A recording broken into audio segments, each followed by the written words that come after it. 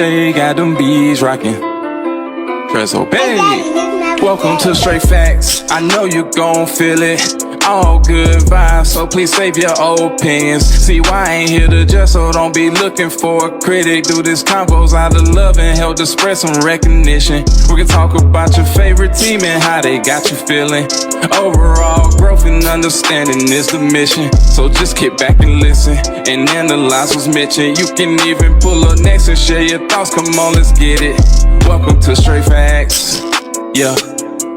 Welcome to Straight Facts, man. Hey.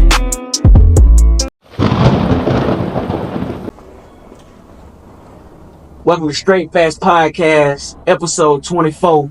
That's that Cobra one, man. I wanted to come across the bridge and get a special guy, a special entrepreneur, a guy who got it out the mud, a guy who I seen, man, everybody love, man. I wanted to bring to the show PJ Ware. What's up, bro? Appreciate you, my boy. Appreciate you taking your time out today, man, to pull up on Straight Facts Podcast. That's what's up, bro. Let's get into it, my boy. Let's get into it. Man, give me a little feedback of your childhood and where you grew up at. I've been in Augusta all my life. Grew up in Harrisburg, Broad Street. Well, I grew up on Broad Street, cross street from the Boy Club. Okay. Sports, I played sports all my life. The Boy Club right there, so we did basketball, football, soccer, baseball, football, bumper pool, table, anything you think of sports, like. Facts, and that's how it was in our era. You was outside. I was outside. Different sports and stuff like that. What made you get into all them different sports and stuff like that? The neighborhood was kind of bad, you know what I'm saying? So, for the kids in the neighborhood, that's what we did to get away from everything, at a young age, you know what I'm saying? Exactly. Playing sports. Yes, sir. You got any siblings? Yeah, I got 2 brothers. Okay. Talk a little bit about that, man. How it was growing up in the household with your 2 brothers and stuff like that. It was great, man. Single parent, my mom, single mother. Go to church, Christian household? Christian household. Yeah. You know what I mean? Yeah. She did her thing. Like, she held her down. Facts. You know what I mean? It wasn't all gravy, but she made sure we ate, you know what I mean? Exactly. Like most black households, man. We came up in the church. A lot of households with single moms and stuff like that, so they was the backbone. Oh, yeah. You know what I'm saying? Did you spend a lot of time at grandmoms and stuff like that? Oh, yeah. So, you know how that was in the hood. See, my grandma, we call her Granny, she had a personal care home when I was young. Okay. So we were raised, like, watching her on her own business with a personal care home, you know what I mean? Going down there helping her real young. Wow. You know what I mean? So that was one of your first, mentors that motivated you to get into the entrepreneurship. Definitely. Yeah. She was the first one I knew that had a business, you know what I'm saying? Exactly. So that's what's up, man. So what school did you attend, like, coming up? Did you play sports in school? Yeah, Tubman Middle School, won the championship my 7th grade year. Basketball or football? Basketball. Okay. Let's talk about that a little bit. So you was a hooper? Yeah, I was a hooper. Okay. So you won the championship in Tubman, man. So how did that feel as a youngster winning the championship? Man, it felt good, man. Just around a bunch of good brothers that I was raised with, you know what I'm saying? And some of them brothers that you probably still cool with to this day? Still cool with them, you know what I mean? And so Aaron Shine, Piggy,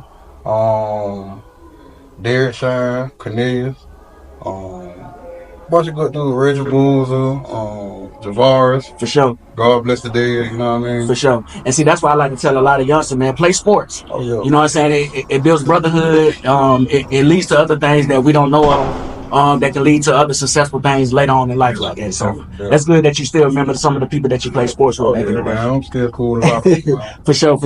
All right, man, let's get into it, man. I want to touch on, okay, so later on after Tubman, did you go to, did you continue to play sports in high school and stuff like that? No, middle school was like 7th, 8th grade. That's when I was really got to smell myself, recognize what's going on in the street. Facts.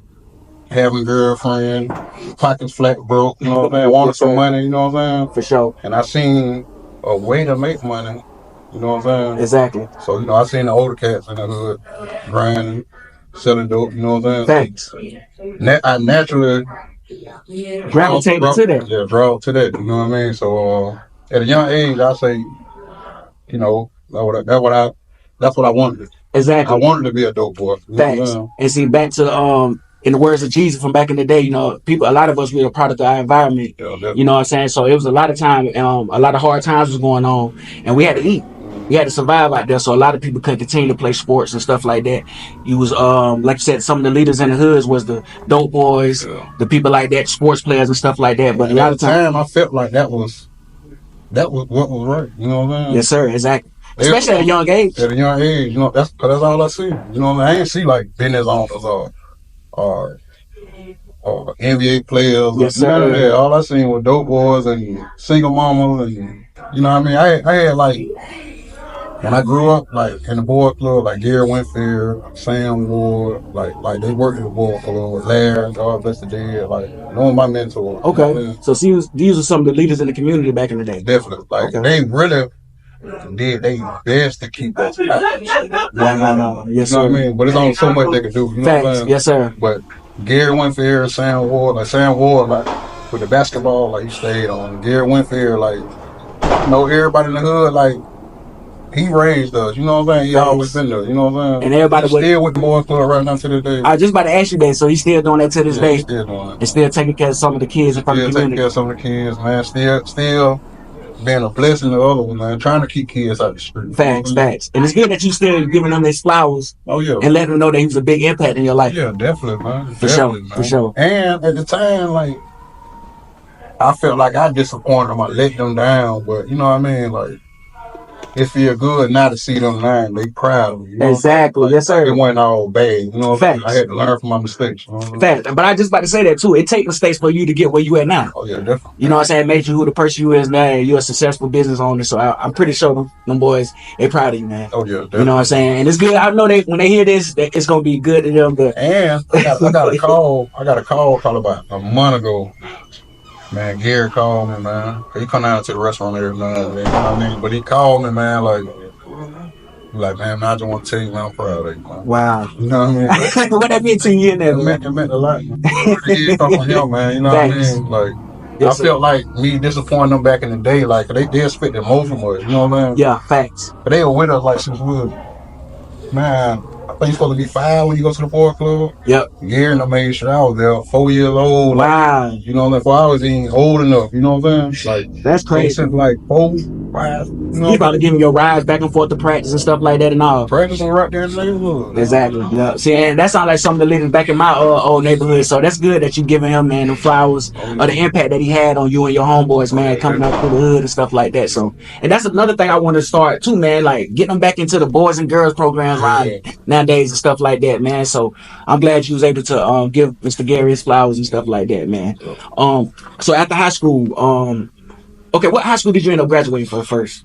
I ain't graduated. Okay. I mean, I went to Glen Hill, Butler. You know what I mean? I did 9th grade, but I just knew off the rip school just wasn't for me. You know what I mean? For sure. I was good. I was a smart student, good grades. You know what I'm saying? Good grades, but it just wasn't for me. Exactly. And my mom was struggling, so I wanted to help any way I can, the fast way. You know what I mean? Facts. So after 9th grade, though, man, I got put out of school. You know what I'm saying? I ain't want to be in school anyway, so I was really in the way. So and a young mentality. I want to get out of everybody's way, so I went to Job Corps when I was 15. Went to Job Corps in Morganfield, Kentucky. Okay. Yeah, I went to Job Corps when I was 15. First time getting on the airplane, they flew me out there. You know what I'm saying? Wow. You know what I mean? That was an experience, but touch on that a little bit though, man, because my brother went to Kentucky out there to a Job Corps. My adopted brother. Can you touch on that experience out there at Job Corps and how it changed you? It was like college, man. Like, you know what I mean? You're around different walks of life: Florida, Georgia, Mississippi, Alabama, Kentucky. You know what I mean? You're around different states, New Orleans, you know, Cubans,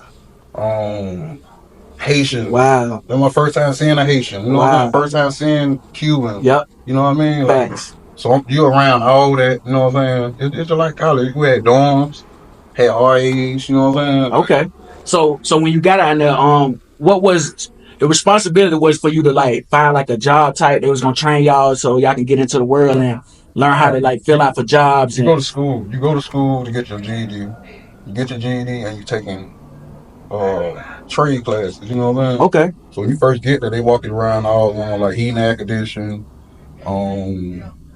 plumbing, facility maintenance, computer programming. Okay. You know what I'm saying? All the normal trades and stuff. All the normal trades. You know what I'm saying? Okay, so that was good that you was able to go out there at the age of 15 and learn those trades. I got my GED first time I took my test, I passed my test like first try.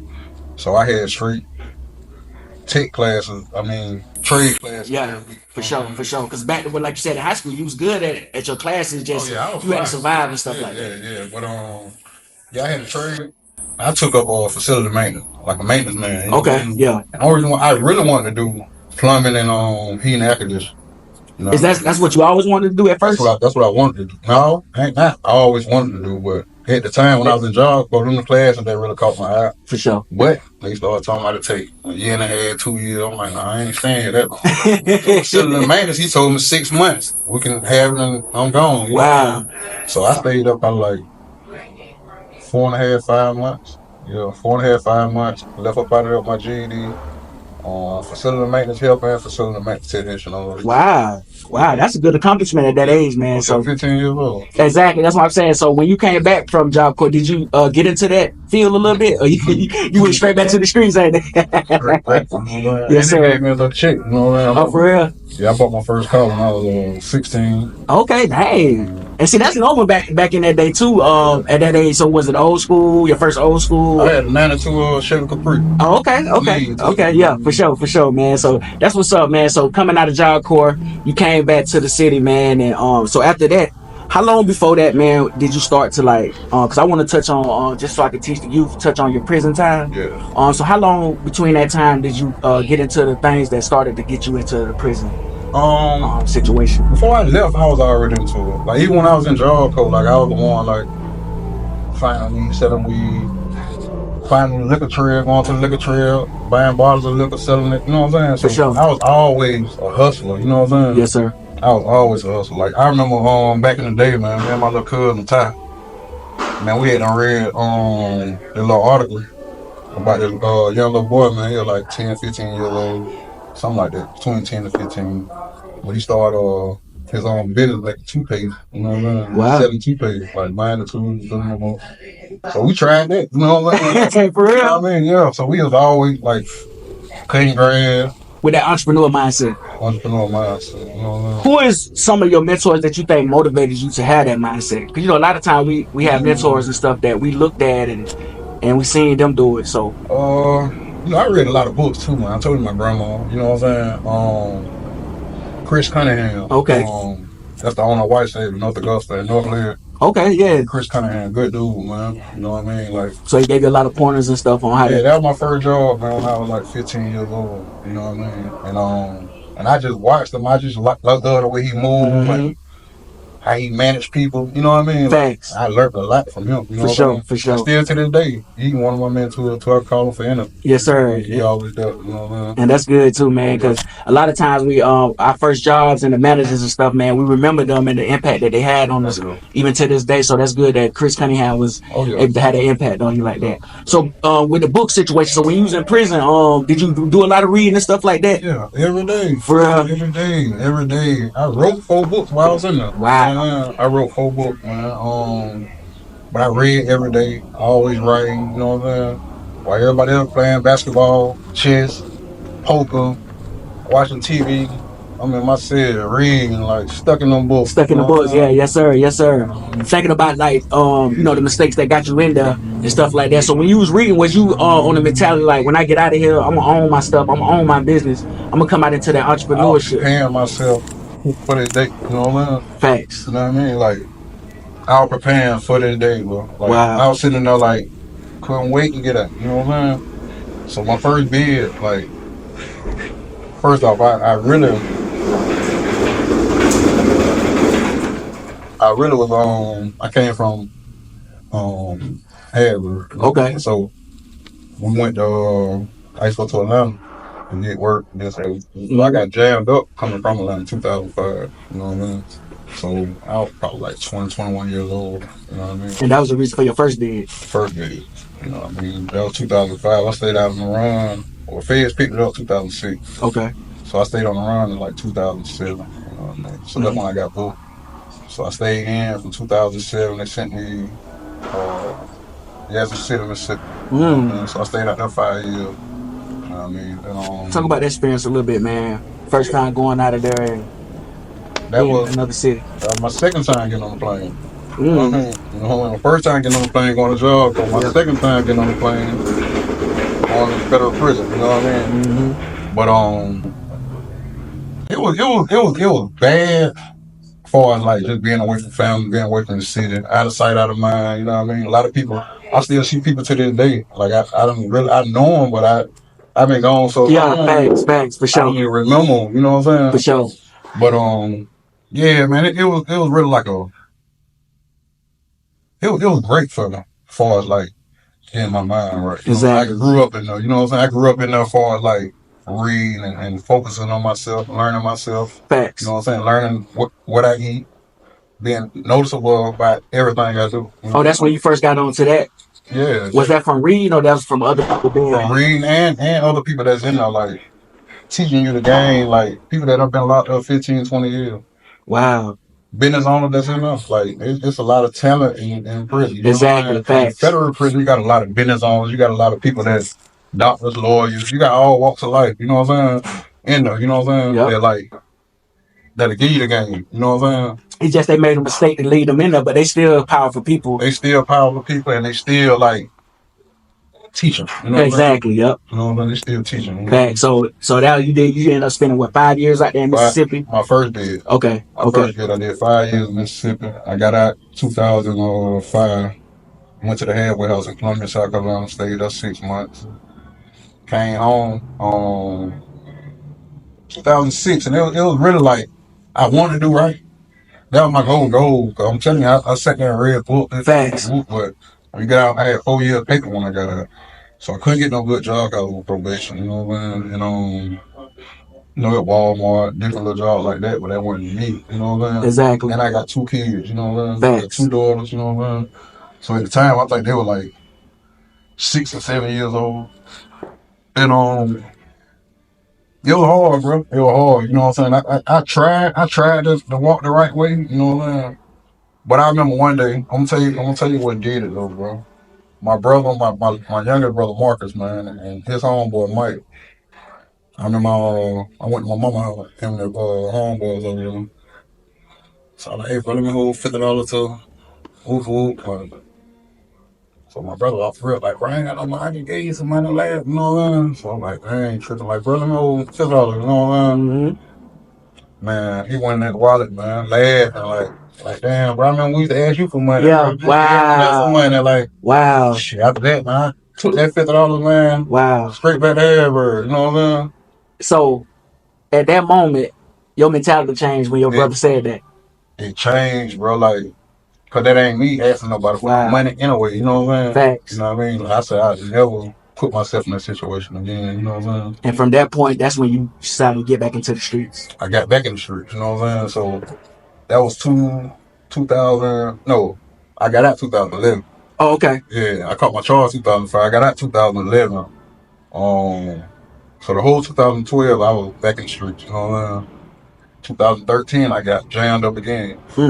So it wasn't even that long after you had got out. No. Wow. No. So I got jammed up 2013, April 2013, went back in them, like 3 years, you know what I'm saying? So, and the 3 years was way harder than the 5. Wow. It was harder. Where did you end up getting shipped to at that time? Edgefield, South Carolina. Oh, okay. Yeah, I did that time in Edgefield. So that experience was harder than the first experience? Yeah, because you were gone so long and you come home and take that freedom. So you go back in there all the time hard, you know what I'm saying? Because you know you're supposed to be home. Exactly. You know so it was hard, you know what I'm saying? So I made it through it though. I made it through. So when I got out in 2015,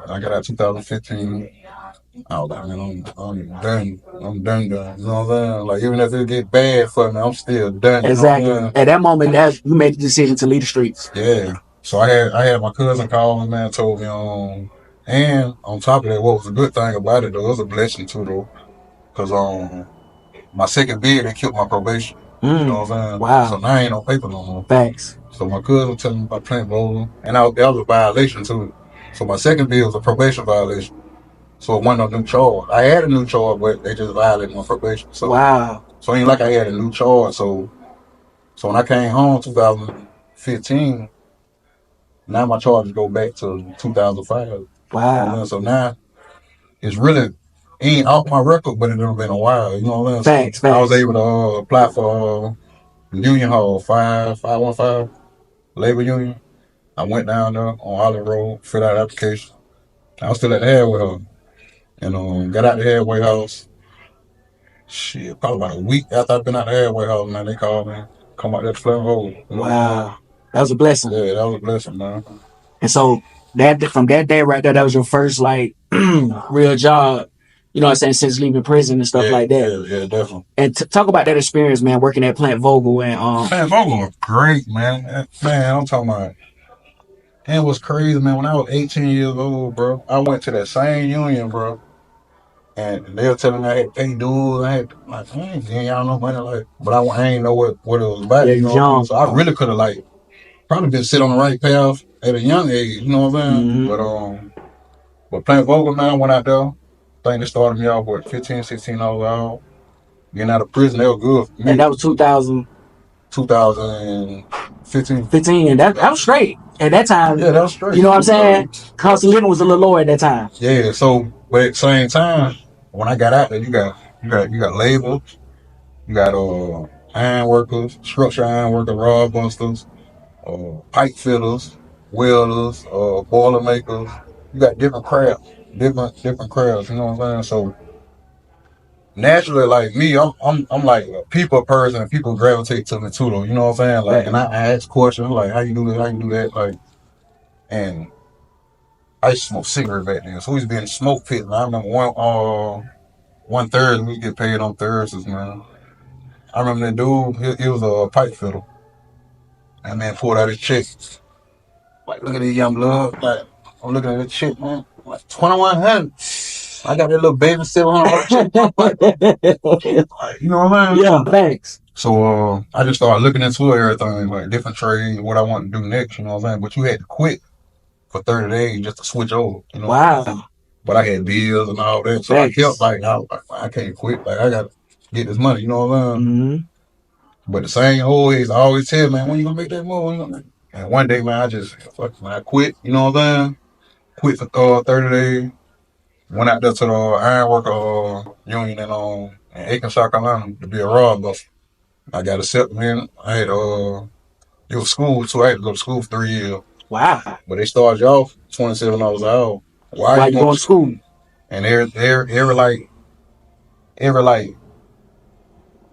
6 months, 7 months, you get like a raise. So it went from like 27 to like 29. Wow. Yeah, and I ended up topping out at like $36, $37 an hour. You know what I'm saying? Boy, that was a blessing, boy. Yeah. Wow. So that was your first time you started working as a road buster? Rod buster. A rod buster. Explain that a little bit. Tight rebar. It's reinforcing concrete. Okay. And this rebar, you tie the rebar into a structure. Okay. And the concrete finishers come back and pour the concrete. It makes the concrete strong so it won't crack. You know what I'm saying? Facts. Okay. No. Okay. So you enjoy working on that job? I love that, man. I learned so much, you know what I'm saying? I was just about to ask you to talk about the impact that job had on you that's leading up to it. See, I had another mentor, like, while I was there, Farina Jenkins, you know what I'm saying? I had a female boss lady, you know what I'm saying? She was fire. For real? Yeah. She got the job done?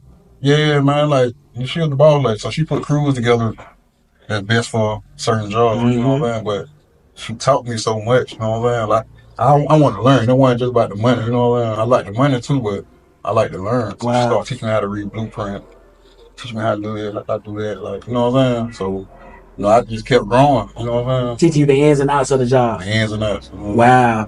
So from that day forward, how long did you end up staying on that job at Plant Vogel? I stayed there about 4 years.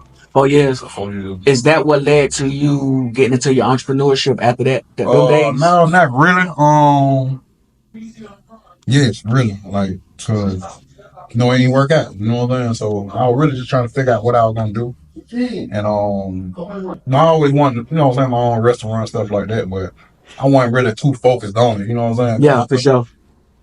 I just wasn't focused on having my own restaurant at the time. But at the time, though, everybody was selling plates out the house, you know what I'm saying? Facts. So I kept sitting on Facebook, like, and I'm buying plates for folks too, you know what I'm saying? Yeah, facts. So one day I was just playing, like, it was on a Wednesday, man. Me and my guard brother, Richard Scott, man. We sit down in my living room, you know what I mean? So I was just playing. I don't work out there no more, so I didn't start with burning and everything.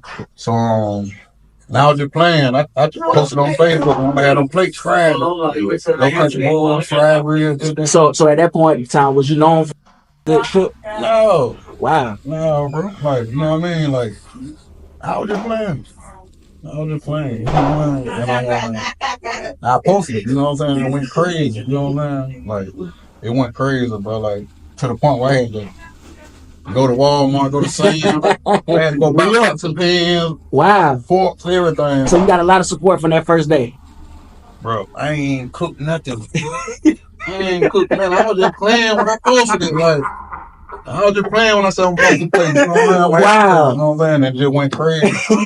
So that Friday came, bro, and we really crunk it up, bro. Yeah. And it went crazy, bro. It was so crazy, bro. We really couldn't keep up, you know what I'm saying? So how y'all doing? So we really couldn't keep up, you know what I'm saying? So Saturday, you know what I'm saying? Saturday, we did Friday, Saturday, and Sunday. But it did good. I did good every day, you know what I'm saying? Wow. I learned how to fly them plates out every day. Thanks. You know so when Sunday came, I said, shit, I'm crank it up Monday too, you know what I mean? Exactly. I'm finna make this the main thing. Bro, from that Friday, bro, I cook every day.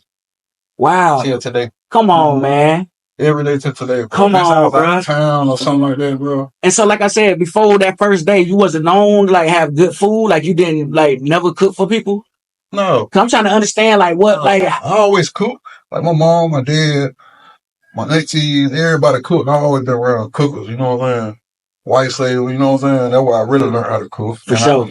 Another thing, when I was in prison, I was the head cook the whole time I was there. Oh, for real? Yeah, I was the head cook in prison. Wow. And that's big in prison. Yeah, that's where all the money. Exactly. That's where all the money. You know what I mean? Facts. I was cooking. I was the head cook. So you got officers that run the kitchen as real chefs.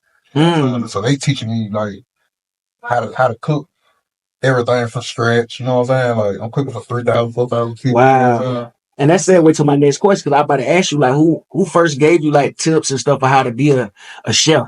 Yeah. And how to prepare your meals and stuff like that. Wow. Yeah. That was the first like impact it had on you of being a chef to this day. Yeah, definitely. Wow. Definitely. Wow. That's amazing, bro. You know what I'm saying? Prison was really like it was a blessing and a curse, you know what I'm saying? Curse because I left my kids, you know what I'm saying? For sure. My family, you know what I'm saying? For sure. But I learned so much, you know what I'm saying? Facts. And so, okay.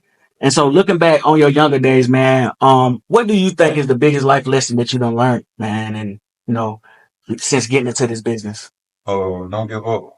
Don't give up. Even if you ain't got support from the people who you expect to support you. Just keep grinding, keep learning. You know, that's the main thing too, learning.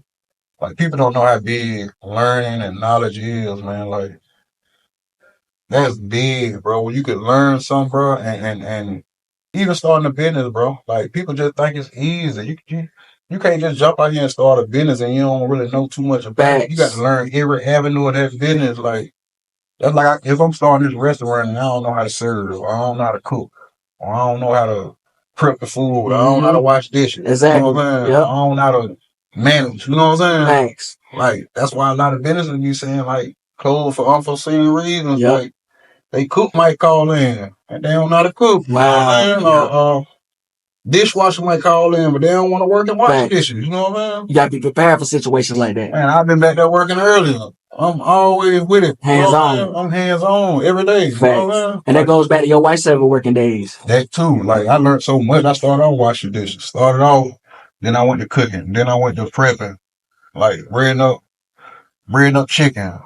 Then I started making biscuits from scratch, making rolls from scratch. You know what I'm saying? Wow. All that stick with you. You know what I'm saying? That's experience. You know what I'm saying? And that's what I always hear from most people who own restaurants is like most of the owners, they don't work from the bottom up. Yeah, you got to. You know what I'm saying? Like you just said, so you can know how to work the whole thing. Yeah. You can't just jump out here and think you're going to run a business and you only know one thing. Yeah. So that's good that you're showing the youth that all about the ins and outs of it and the background of everything that goes to it. Definitely. All that come with it. Exactly. Man, where did the name Kitchen Kingz come from, bro? I know everybody want to know that. Where did that name come from? You know what's crazy? Like, when I was in the streets, man, me and my homeboy, man, we used to be in the kitchen, trapping, selling dope, you know what I'm saying? And everything, anytime you trapping, bro, the kitchen is everything, bro. So I always been in the kitchen. You know what I mean? All my life I've been in the kitchen. You know what I mean? Like even now I'm in the kitchen, but I was in the kitchen. Cook all I need was microwave, fork, Pat. razor, scale. You know what I'm saying? For sure. And that's where it came from. Like we used to be in the kitchen so much, I just started saying Kitchen King, Kitchen King. Like you know what I'm saying? So you saying it way back in the day? Yeah, way back in the day. Wow. Way back in the day. You know wow. So whenever you came to the point where, well, I'm finna open up a restaurant, that's the first thing that popped up. First thing that popped up. That's all. That's all. I like that. I like that, man. Okay, so what made you open up the restaurant in your community, man, in Augusta? You know, I love my city. You know what I mean? Like people be talking trash about Augusta, ain't nothing to do, ain't this, ain't that. But Augusta is what you make it, man. Facts. And there's plenty of money in Augusta, man. Like, and there's plenty of money to be made. Like, Yes, sir. You know what I'm saying? People be thinking just because they ain't got motion that Augusta this, Augusta that. Like, Augusta, what you make? Anywhere, like. Even if they leave Augusta and go to another city, like same way, you still gonna have to get it out the mud. Exactly. You know what I'm saying? It's gonna be harder. It's gonna be hard because don't nobody even know you. Exactly. Facts. You know what I'm saying? And people from Augusta say that, but everybody from their hometown say that. Yeah. You know what I'm saying? So it's all about what you make it. Yeah. Like me and you was talking about earlier. Go ask people questions, man. Get into these different lanes. You don't got to do what everybody else people doing. Want like people call me all the time. Hey, I'm trying to woo, and if I got the knowledge, I'm finna, you know what I'm saying? Exactly. I'm gonna give you the game. You know what I'm saying? Because for them to reach out to you, that means they feel a certain way about you. Yeah, you know that you can tell them the right thing. Same thing I do. If I see somebody doing something else, and I want to know about something, I'm gonna ask. You know exactly. You know what I'm saying? A lot of people want to give you the game, but you got to ask them. You know what I mean? If you don't ask, they don't even know you want to know. Exactly. You know what I'm saying? Right. So basically, it comes down to it. If you want to learn something, go out there and ask and research on it. That's it, bro. You got to, bro. Even if you think like, even millionaires, bro. Like I love running up on millionaires because I want to know like, what's your mind? Exactly. How you think? How you think? How you? What kind of books you read? Like, you know what I mean? I'm trying to get in there.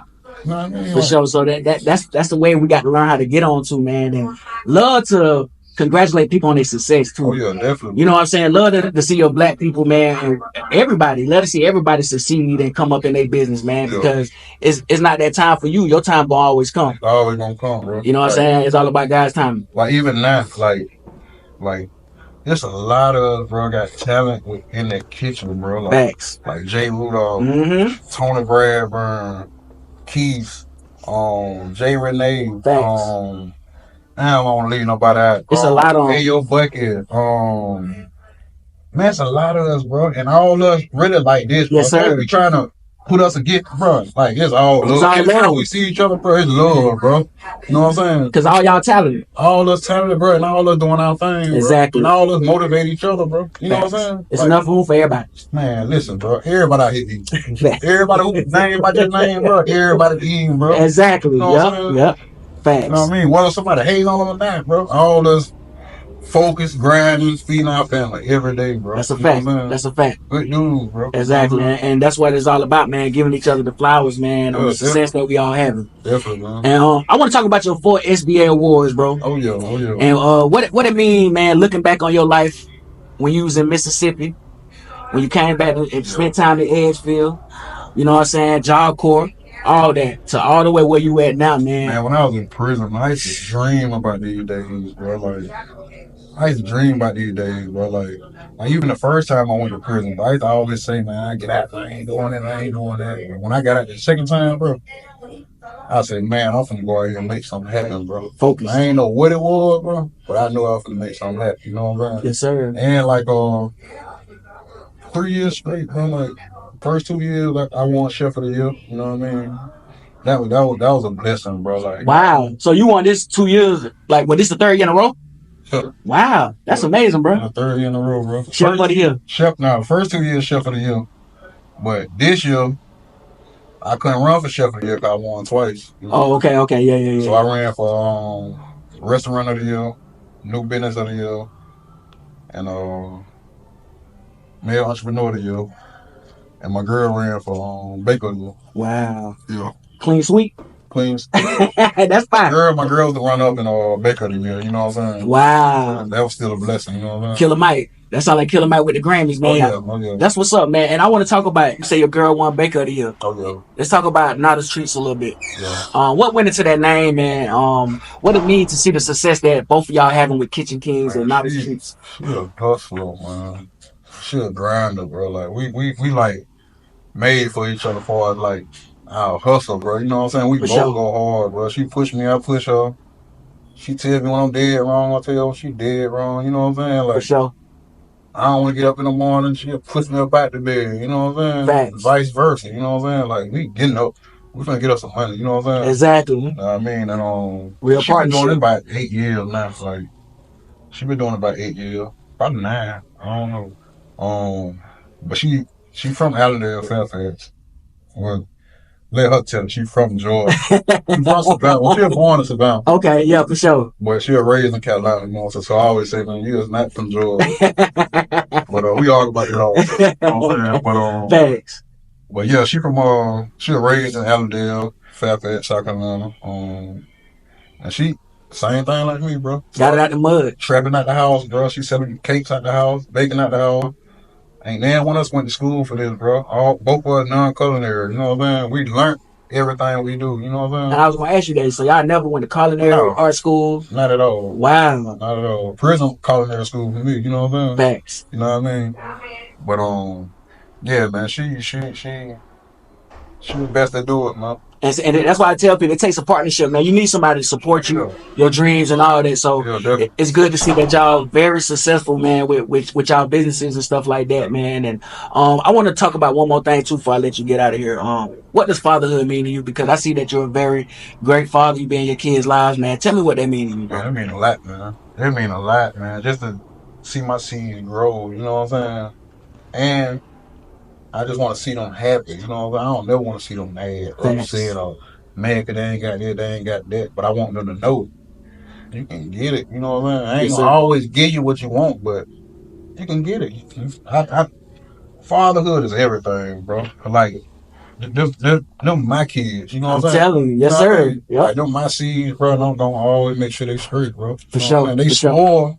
You know what I'm saying? That's just a new era, though. A lot of these kids, we spoil them because they spoil, bro. We don't want to take them through what we went through, so we trying to show them. Bro, me saying no is like me whooping them with a belt, bro. Like that. Yeah, facts. Exactly. You know what I'm saying? So, you're right. So you just got 2 daughters, right? Mm-hmm. Okay, so. Man, I'm gonna be a granddaddy, bro. I got a grandbaby on the way, bro. Wow. Yeah, definitely. April. Okay. They're gonna be here, man. Wow, congratulations, bro. Yeah. For real, man. I got 2 daughters, man. I'm hoping for son. Ain't happening. So it's a rap, y'all ain't. No, I'm talking about my daughter. Oh, talking about your grandchild. Yeah. The little girl. Yeah, for sure. I'm hoping it was a little boy, you know. Thanks. I want that lucky, you know. Exactly. It's like you just getting all girls in most situations. So that's what's up, man. I appreciate you, man, pulling up on Straight Facts. Another thing I want to ask you this: what's your top 3 favorite dishes you like to cook? Top 3 favorite dishes? Definitely low country boys. Definitely low country boys. Thanks. Fried ribs. That's a good one. Fried salmon nuggets. Real salmon. I can go on about oxtail. Yeah, you just got a whole different variety of different things and stuff. Yeah. That's what's up, man. So yeah, I'm definitely gonna check you out before I leave, bro. Cause man, you definitely known for one of the best chefs around here, man. And I appreciate you pulling up on Straight Facts. You know what I'm saying? Appreciate you, bro. Yes, sir, man. Oh, you already know. We come back on the show, man, anytime you want to, bro. Definitely, man. You gotta get Not Michelle on the show, man. Oh yeah, definitely. You already know, man. I'm bringing wifey on the show, but on interview down the road, man, because y'all special people, man. Y'all bringing special things around here. So appreciate you for Straight Facts Podcast, episode 24. With my guy PJ Well, man. We'll see y'all next week, bro. All right, thank y'all. Yes, sir. Good one, my boy. That's a good one. That's a classic. All right. Appreciate you, family. Appreciate you, bro. Yes.